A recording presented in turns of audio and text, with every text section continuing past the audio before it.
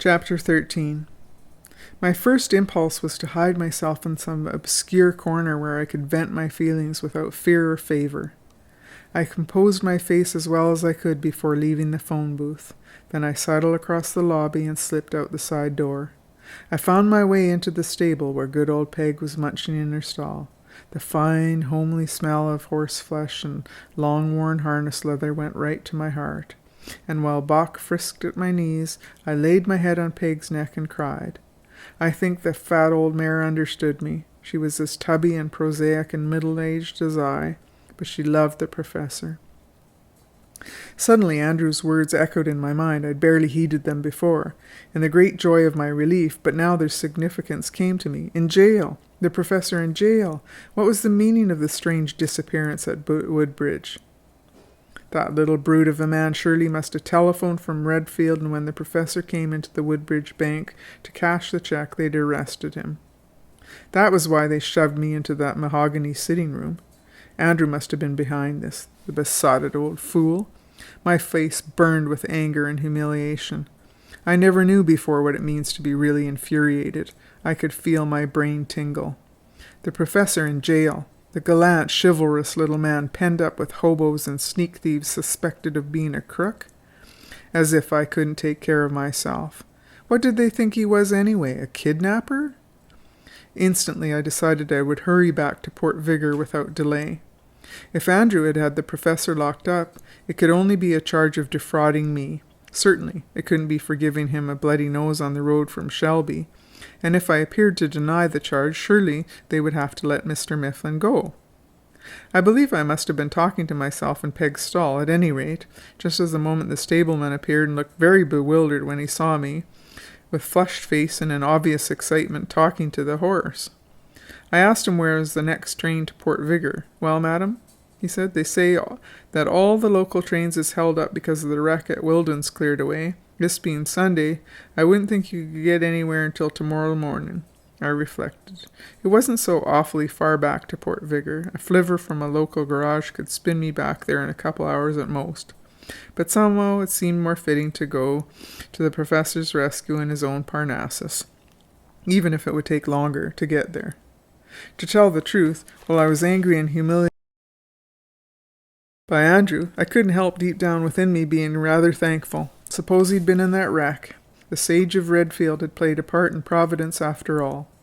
And if I set out right away with Parnassus, I could get to Port Vigor, well, by Monday morning anyway.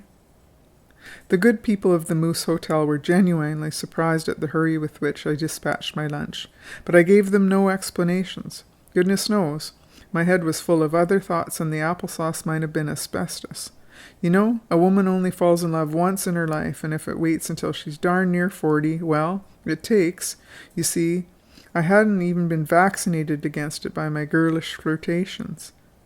I began to be a governess when I was just a kid, and a governess doesn't get too many chances to be skittish. So now when it came, it hit me hard. That's when a woman finds herself, when she's in love. I don't care if she's old or fat or homely or prosy. She feels that little flutter under her ribs and she drops from a tree like a ripe plum. I didn't care if Roger Mifflin and I were an odd couple. As old Dr. Johnson and his wife, I only knew one thing, that when I saw that little red devil again, I was going to be all his if he'd have me. That's why the old Moose Hotel in Bath is always sacred to me. That's where I learned that life still held something fresh for me, something better than baking Champlain biscuits for Andrew. That Sunday was one of those mellow, golden days that we New Englanders get in October. The year really begins in March, as every farmer knows. By the end of September or the beginning of October, the season has come to its perfect, ripened climax. There are a few days when the world seemed to hang still in the dreaming sweet hush, and the very fullness of the fruit before the decline sets in. I have no words, like Andrew, to describe it, but every autumn for years I've noticed it. I remember that sometimes at the farm I used to lean over at the woodpile for a moment, just before supper, watch those purple October sunsets. I would hear the sharp ting of Andrew's little typewriter bell. He's working in the study.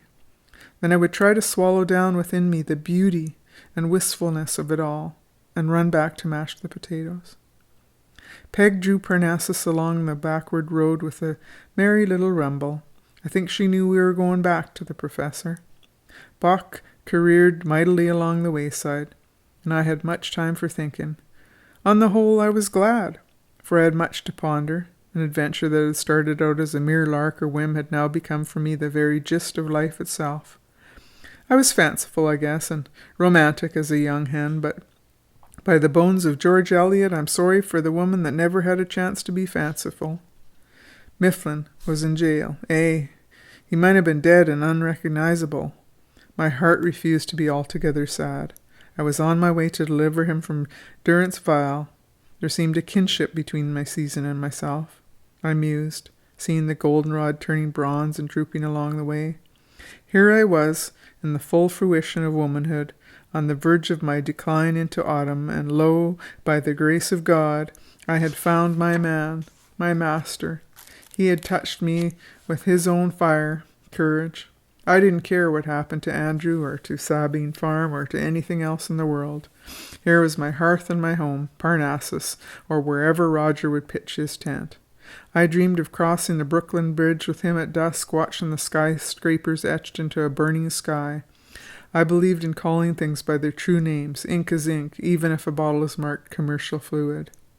I didn't try to blink the fact that I was in love. In fact, I gloried in it.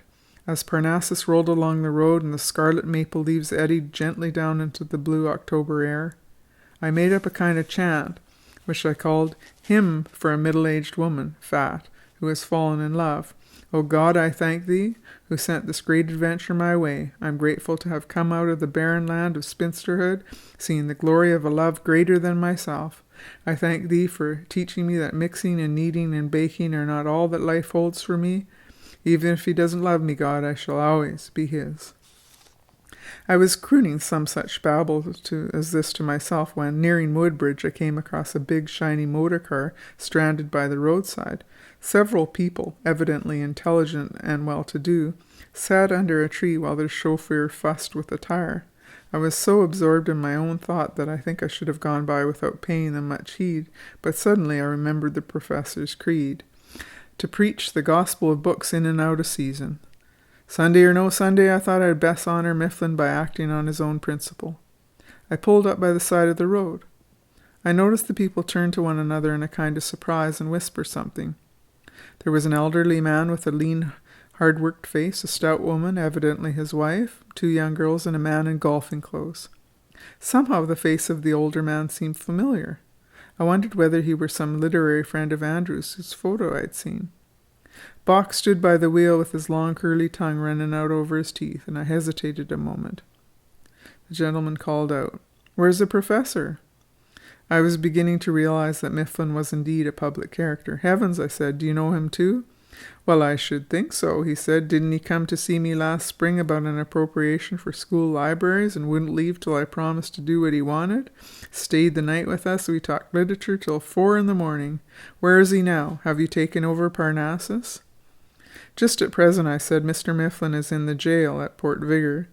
The ladies gave little cries of astonishment, and the gentleman himself, I had sized him up as a school commissioner or something like that, seemed not the least surprised. "In jail," he said. "What on earth for? Has he sandbagged somebody for reading Nick Carter or Bertha M. Clay? That was about the only crime he's likely to commit." "He's supposed to have cozened me out of $400, I said, "and my brothers had him locked up. But as a matter of fact, he wouldn't swindle a hen out of a new-laid egg. I bought Parnassus of my own free will. I'm on my way to Port Vigor to get him out, and I'm going to ask him to marry me, if he will. It's not a leap year either." He looked at me, his thin-lined face working with friendliness. He was a fine-looking man, short, grey hair brushed away from a broad, brown forehead. I noticed his rich, dark suit and a spotless collar. This was a man of breeding, evidently. "Well, madam," he said, "any friend of the professor's is a friend of ours." His wife and the girls chimed in with assent. "If you would like a lift of a car to speed you on your errand, I'm sure Bob would be glad to drive your Parnassus into Port Vigor. Our tile will soon be mended." The young men assented heartily, but I said before, I was bent on taking Parnassus back myself, and I thought the sight of his own tabernacle would be the best balm for Mifflin's annoying experience. So I refused the offer, and explained the situation a little more fully. "Well," he said, Then let me help any way I can. I took a card from his pocketbook and scribbled something on it. When you get to Port Vigor, say, show this at the jail. I don't think you'll have any trouble. I happen to know people there. So after a handshake, I went round and round again, much cheered by this friendly little incident. It wasn't till I'd come a long way down the road that I thought of looking at the card he'd given me, and I realized why the man's face had been familiar. The card read simply, Raleigh Stone Stafford, the Executive Mansion, Darlington. It was the governor of the state.